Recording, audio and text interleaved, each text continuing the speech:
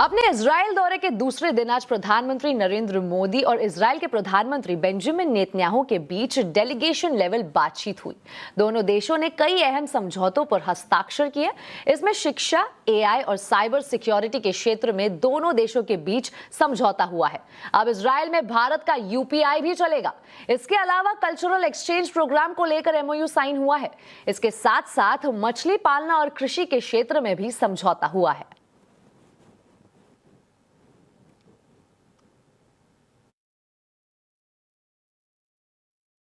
आज हमने अपनी टाइम टेस्टेड साझेदारी को स्पेशल स्ट्रेटेजिक पार्टनरशिप का दर्जा देने का ऐतिहासिक निर्णय लिया है।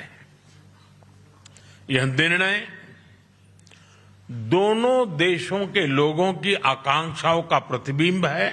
आज की बैठक में हमने अपने सहयोग को नई दिशा और तेज गति देने पर चर्चा की।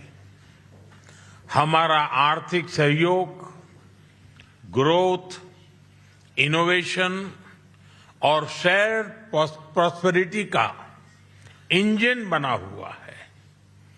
आपसी निवेश को बढ़ावा देने के लिए हमने पिछले वर्ष बायलैटरल इन्वेस्टमेंट एग्रीमेंट किया। हम शीघ्र ही एक mutually beneficial free trade agreement को भी अंतिम रूप देंगे। अब आपको बता दें, डिजिटल प्लेटफॉर्म के रेवेन्यू शेयरिंग पर सरकार ने सख्त रुख अपनाया है। केंद्रीय सूचना और प्रसारण मंत्री अश्विनी वैष्णव ने साफ कहा है कि डिजिटल प्लेटफॉर्म्स को अपने रेवेन्यू शेयरिंग मॉडल को बदलना होगा और कंटेंट बनाने वालों को न्याय संगत हिस्सा देना होगा। उनका कहना है कि न्यूज पब्लिशर्स, स्वतंत्र पत्रकार, दूर दराज के क्रिकेटर्स, प्रोफेसर्स और रिसर्चर्स सभी की मेहनत से प्लेटफॉर्म की कमाई होती है। इसीलिए कमाई का सही बंटवारा जरूरी है और अगर प्लेटफॉर्म खुद से अपनी नीतियों में सुधार नहीं करते तो सरकार कानूनी ढांचा बनाकर इसे सुनिश्चित करने का रास्ता अपना सकती है।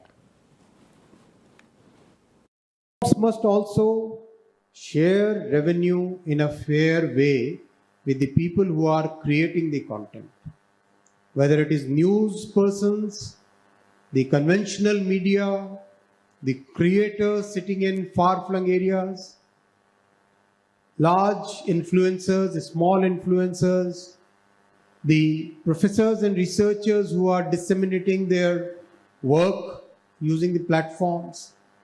Everywhere, the concern, the principle now has to be set right, and there has to be a fair share of revenue with the people who are creating the content. तो चलिए, इस खबर पर ज्यादा जानकारी के लिए हमारे साथ है संवाददाता असीम मनचंदा। असीम, बताइए क्या कुछ कहा है अश्विनी वैष्णव ने और आखिर उन्हें ये कहने की जरूरत क्यों पड़ी है? देश में बहुत सारे युवा लोग हैं जो कि सोशल मीडिया पर कंटेंट अपलोड कर रहे हैं और अपने आप को क्रिएटर कहते हैं और वहीं से अपनी कमाई सोशल मीडिया से ही करते हैं।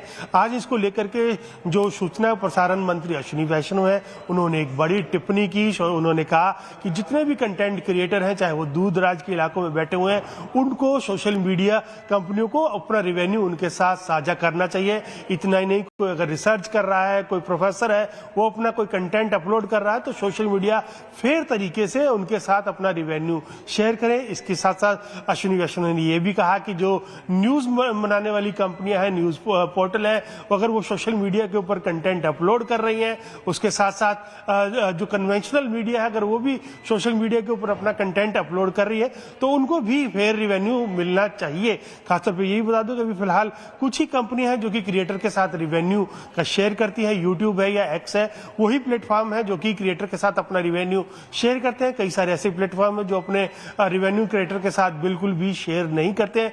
इंस्टाग्राम भी है जो कि क्रिएटर के साथ रेवेन्यू शेयर नहीं करता है। फेसबुक भी तो करता है, तो लेकिन वो काफी कम मात्रा के अंदर अपने रेवेन्यू क्रिएटर के साथ शेयर करता है। तो आज जो केंद्रीय सूचना और प्रसारण मंत्री अश्विनी वैष्णव है, उन्होंने जो सोशल मीडिया कंपनियां हैं उनसे ये अपील की है कि जो भी रेवेन्यू आप कमा रही हैं उसका एक फेयर शेयर आप सब क्रिएटर्स को दीजिए। अगर ऐसा आने वाले दिनों में होता है या सरकार किसी भी तरह का इसको लेकर के कोई कानून पास करती है तो जो क्रिएटर्स हैं उनको इसका फायदा काफी हो सकता है। बिल्कुल, तो कंटेंट क्रिएटर्स को फेयर शेयर मिलना चाहिए और आवाज अड्डा में भी हम आज इसी पर चर्चा कर रहे हैं। सोशल मीडिया प्लेयर कमाई करो शेयर, जरूर देखिए शाम 7:57 पर। तो सोशल मीडिया की डिजाइन ऐसी होती है कि इसकी लत लग जाती है, लेकिन कंपनियां ये मानने को तैयार नहीं है।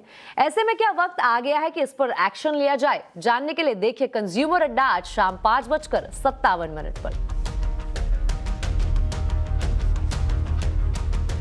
अब आपको बता दें, सीएनबीसी आवाज की खबर पर मुहर लगी है। हवाई सफर करने वालों के लिए बड़ी राहत की खबर है। टिकट रिफंड को लेकर एविएशन रेगुलेटर डीजीसीए ने कुछ बदलाव किए हैं। अब पैसेंजर्स को रिफंड पहले से ज्यादा तेज मिलेगा। ज्यादा जानकारी के लिए बात करते हैं संवाददाता रोहन सिंह से।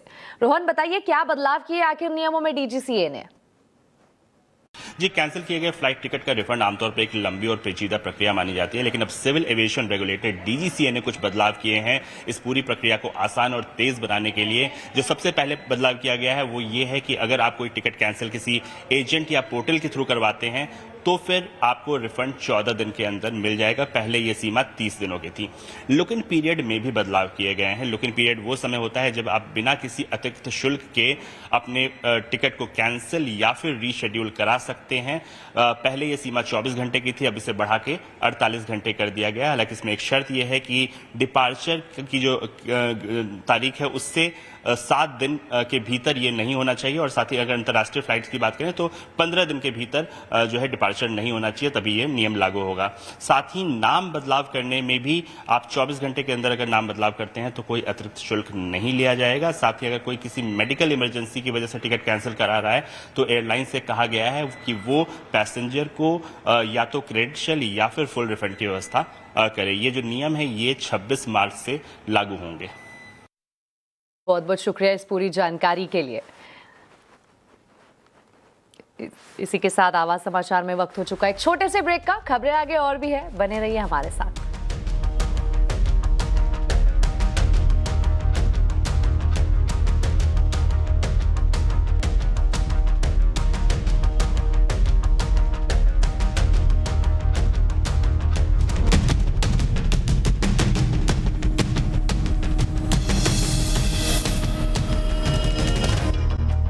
सिटी गांधीनगर में ग्लोबल सिक्योरिटीज मार्केट्स कॉन्क्लेव 2.0 का आगाज हो गया है। ये कॉन्क्लेव 2 दिनों तक चलेगा। इस मौके पर international financial services centre authorities यानी IFSCA के चेयरपर्सन के राजारमन से एक्सक्लूसिव बातचीत की हमारे संवाददाता केतन जोशी ने। अभी तक जो 10 साल का टैक्स हॉलिडे था, इससे a certain size of investments have been brought in. For example, in the fund industry, nearly we have got the funds have got commitments of nearly $32 billion. But लेकिन जो बड़ा वाला फंड्स है वो बड़ा वाला इन्वेस्टमेंट्स करने चाहते हैं, उनके लिए लॉन्ग टर्म टैक्स सर्टेनिटी चाहिए। सो इसके लिए जो हमारे माननीय वित्त मंत्री ने इस बजट में जो अनाउंसमेंट किया है, जो 20 साल की tax holiday I think 25 years में अंदर के अंदर, और उसके बाद 15% का फ्लैट टैक्स रेट। सो ये अनाउंसमेंट तो लॉन्ग टर्म टैक्स सर्टेनिटी दिया है। सो इसलिए इसके कारण से बड़ा वाला इन्वेस्टमेंट्स आएगा। जो इंफ्रास्ट्रक्चर इन्वेस्टमेंट्स है, इंफ्रास्ट्रक्चर में टिपिकली इन्वेस्टमेंट्स का साइकिल है 15 इयर्स 20 इयर्स। बड़ा वाला रेलवे स्टेशन, पोर्ट्स, एयरपोर्ट्स में इसका साइकिल टाइम लॉन्ग टर्म है। जैसे द सेम वे एविएशन जो एयरक्राफ्ट हम लेसोर्स परचेस करते हैं, ये एयरक्राफ्ट का लाइफ है 25 इयर्स 30 इयर्स 35 इयर्स बनता है। शिप्स में भी ऐसा है।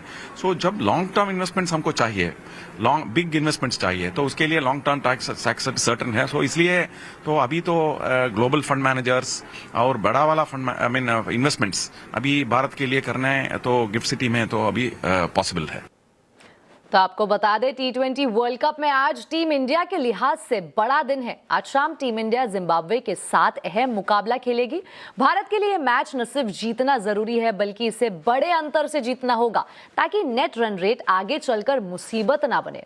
इसके अलावा इस वक्त चल रहे साउथ अफ्रीका और वेस्ट इंडीज के मैच पर भी टीम इंडिया की नजर रहेगी।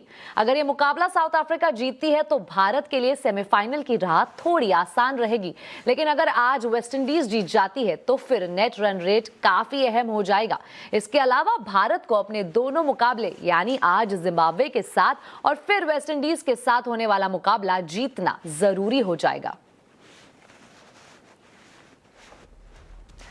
इसी के साथ आवाज समाचार में अभी के लिए इतना ही। आप देखते रहे CNBC आवाज और अपडेटेड रहे खबरों पर हमारे सोशल मीडिया हैंडल्स के जरिए। नमस्कार।